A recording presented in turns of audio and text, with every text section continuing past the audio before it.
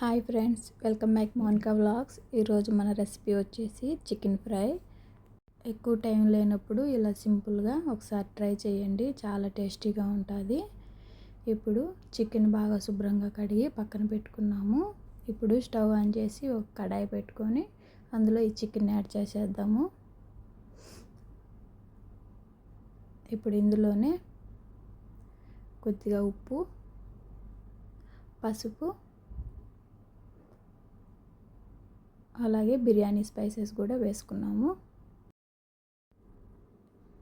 ఇందులోనే ఇప్పుడు కొద్దిగా కరివేపాకు కూడా వేసుకున్నాము.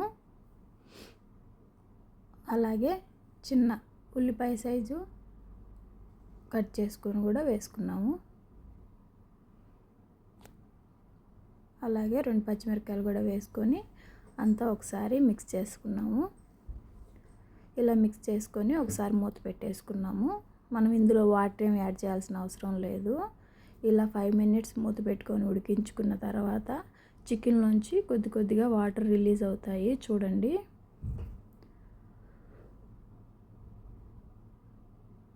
ఇప్పుడు ఒకసారి మిక్స్ చేసుకున్నాం బాగా.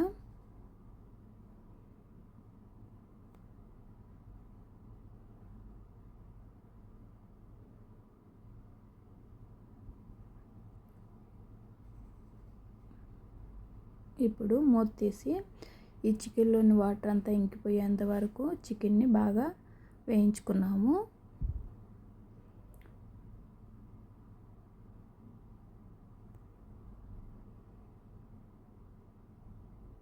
చూడండి, చికెన్లోని వాటర్ అంతా ఇంకిపోయింది.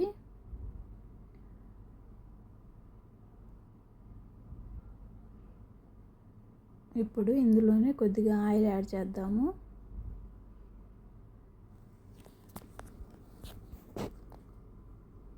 ఆయిల్ యాడ్ చేసిన తర్వాత ఇలా చికెన్ని బాగా దోరగా ఎర్రగా వేయించుకున్నాము.